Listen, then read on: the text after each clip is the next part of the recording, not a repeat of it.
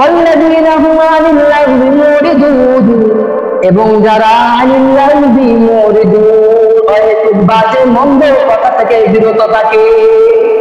বর্তমানে ম্যাক্সিমাম মানুষই অহেতুক বাজে কথা, অহেতুক বাজে কাজের মধ্যে লিপ্ত।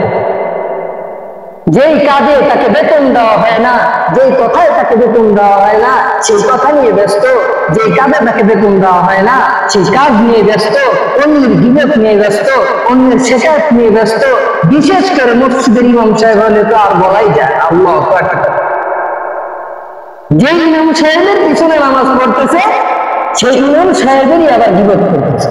আপনার নামাজ কখনো হবে না, মনে রাখেন, ভালো করে মনে রাখেন। আজকে আপনার নামাজ কখনো হবে না, আপনার এই নামাজ রবের দরবারে কবুল হবে না। আপনি যেই ইমামের পিছনে নামাজ পড়েন, সেই ইমামের গীবত করেন, সেই ইমামের সমালোচনা করেন, সেই ইমামের কথা আপনার তার পিছনে, ইমামের পিছনে গীবত করে বেড়াইতেছেন, শিকায়ত করে বেড়াইতেছেন, আপনার কি নামাজ হবে? একটা কথা মনে রেখেন, আলেমদের কখনো বিরোধিতা করবেন না।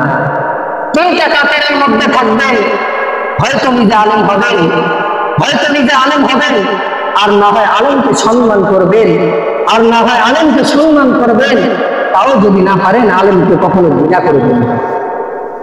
তাও যদি না পারেন, আলেমকে কখনো ঘৃণা করবেন না।